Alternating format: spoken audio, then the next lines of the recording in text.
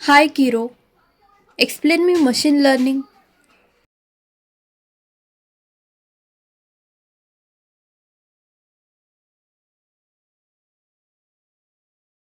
Hey there. Machine learning is super exciting, and I'd love to help you understand it. Smiling face with smiling eyes. Imagine you want a computer to learn from examples, just like humans do.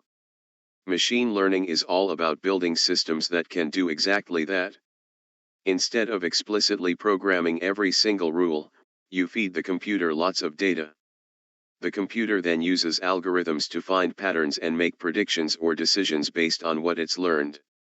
Think of it like teaching a child to recognize a cat. You show them many pictures of cats, and eventually, they learn what a cat looks like without you having to give them a detailed description of pointy ears, whiskers, furry. It's used in so many cool things, like recommending movies, powering self-driving cars, and even helping doctors diagnose diseases. Does that initial explanation make sense?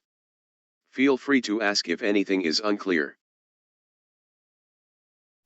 Here we can get the chat history and transcript.